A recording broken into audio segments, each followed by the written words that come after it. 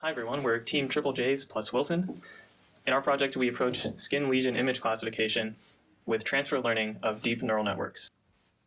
Transfer learning is a technique where you use pre-trained neural network models and feed your own images into them so that it can classify your images. In our case, these pre-trained neural networks were trained to classify 1,000 different types of images, whether it's a picture of a chair or a squirrel, and we convert them to classify 8 different types of skin lesions. We use MATLAB's Deep Learning Toolbox, which has all the tools you need to import pre-trained models and train them on your own. We could further improve this by optimizing our parameters or doing better pre-processing on our images. We decided to train 4 different models, AlexNet, GoogleNet, ResNet50, and InceptionV3, and choose the one that had the best performance for our needs.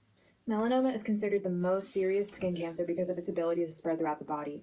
Even for board-certified dermatologists, it's difficult to accurately diagnose melanomas because of the following challenges. With a sizable portion of doctor visits being related to skin lesions, the prominence of telemedicine only becomes more important.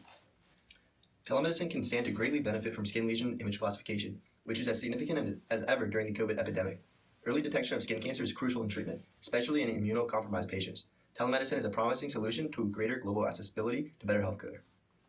This is a visual representation of our strategy and classification. And these were the key steps into our final results, which will show in the following code. All right, welcome to the code demo. We're going to try to speed through this here. There's basically 8 steps. The first one is we're going to import our images and labels into an image data store object. Then we're going to split that up into our training, validation, and test sets. Then we're going to oversample the images. We're going to augment them. I'll explain that.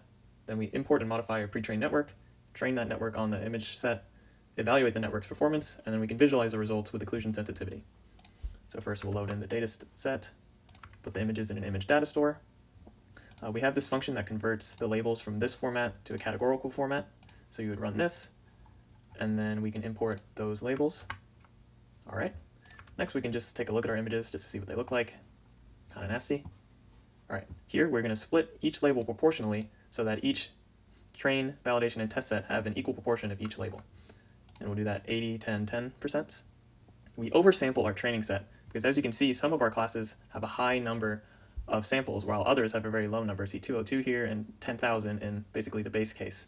So to fix this, we make duplicate copies of all of the samples until they all have that same amount. So we have a helper function called oversample dataset that takes care of this. Now that takes a bit, so we'll be right back. Okay, now that that's complete, we can see that each class has 10,300 images. All right, the next thing we're going to do is augment these images in an augmented data store so that each time they run through the training, they'll look a little different. This is so the model doesn't memorize a certain pixel or a location on an image and know what it is without really interpreting what it's seeing. Next, we're going to import our pre-trained neural network. So in this case, we're going to use GoogleNet. We take it from the deep learning toolbox and we replace the last couple layers, changing some factors like the number of classes. Okay, next we set the training options for our machine learning algorithm. In this case, we're using stochastic gradient descent with momentum. We've also decided to implement early stopping, which means that when the model has stopped getting better at classifying on the validation set, we stop training and choose that model. Okay, next we train the network. Now we can't do that in this video, but I'll just load in an old network that we've already trained. Okay, now we can grab our predictions on the validation set. Okay, now that that's done, we see that our overall accuracy is 73.6% just about. We can display a confusion chart that compares the actual classes to our predicted classes. We can then calculate things like precision, recall, and F1 score, and display a performance curve.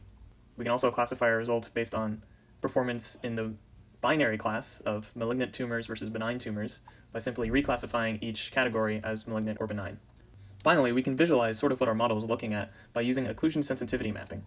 Essentially what this does is it maps out which parts of the image contribute most to a certain prediction. So in this case, we have a hotspot right here in the middle, and we know that that is what the model is looking at the most to create this diagnosis of melanocytic nevus. In the blue, it's denoting that if we covered up that spot, we're more likely to predict melanoma. Finally, we have some of the same code to evaluate our network on the test set. Since we've used a validation set to change some hyperparameters and choose the model, we need a test set so that we can properly display our results. One of the best ways to display and quantify accuracy is through generating an ROC curve, where a high area under the curve is displayed. 1 is perfect and 0.5 is unusable. When evaluating our 4 CNNs on precision, recall, and F1 score, InceptionV3 had the highest performance. However, with a more complex model that gives higher validation accuracy, there is a longer time to completion with 37 hours to train the CNN.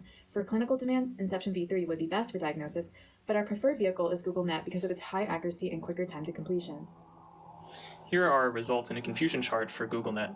As you can see, It does very well in some classes, with an 80% recall displayed on the right for melanoma images, and a 72% recall for melanocytic nevus images. However, other classes it does not recall as well. For example, benign keratosis, it only classifies correctly 52% of the time. Another factor we tested was the incorporation of the patient's metadata. The metadata had 3 parameters: age, gender, and anatomical location of the lesion. We compared the addition of these features to our results from just using the images. We also evaluated the metadata separate from the images using multi-nominal regression. Combining the metadata, we were able to get 76% accuracy. However, the F1 score was 0.6, while the F1 score for the images without metadata was 0.7. This indicates an overfitting problem. The larger gap of loss between the training and test set also indicates an overfitting problem and may require different approaches to incorporating metadata, like getting more features or better regularization. We also evaluated the metadata separate from the images. The multi-nominal regression results on the data were not very accurate, which is to be expected from the given parameters being fairly generic. Many of our correct values are likely due to overfitting, as the CNN only output predictions for 4 out of the 8 classes. Thank you.